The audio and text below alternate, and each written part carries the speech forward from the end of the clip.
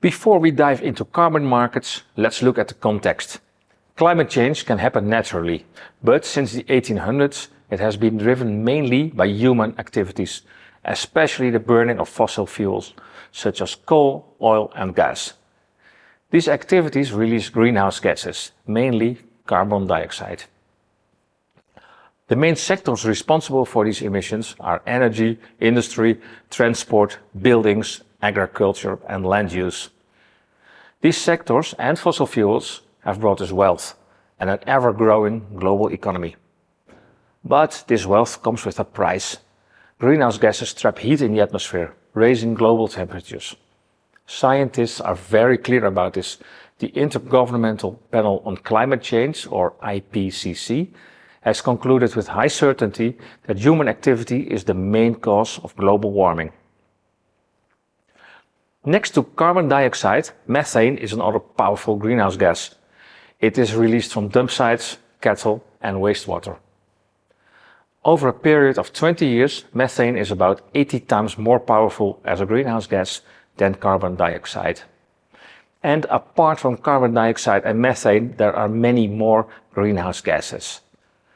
But because carbon dioxide is the largest contributor to global warming, it is common to talk about carbon when referring to all greenhouse gases.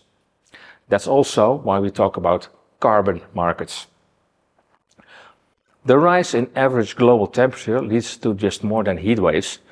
Global warming causes extreme weather events, floods and droughts.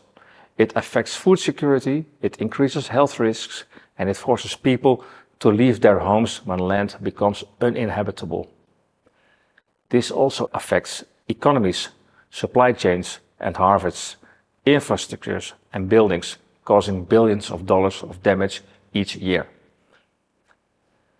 That is why there's a global commitment to cut greenhouse gas emissions and limit global warming to no more than 2 degrees Celsius, and ideally no more than 1.5 degrees.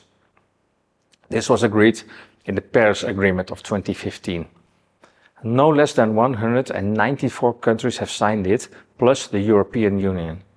But unfortunately, the reduction of emissions has not been enough to reach the target, so we're still stuck with global warming, and it is accelerating.